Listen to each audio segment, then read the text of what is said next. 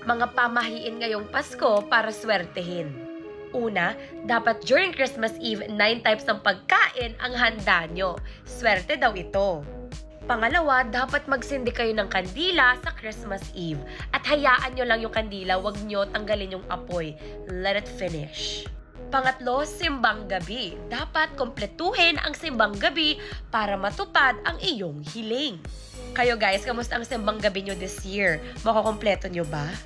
Pang-apat, maghanda kayo ng 12 pieces of apples at kumain din kayo kahit isa.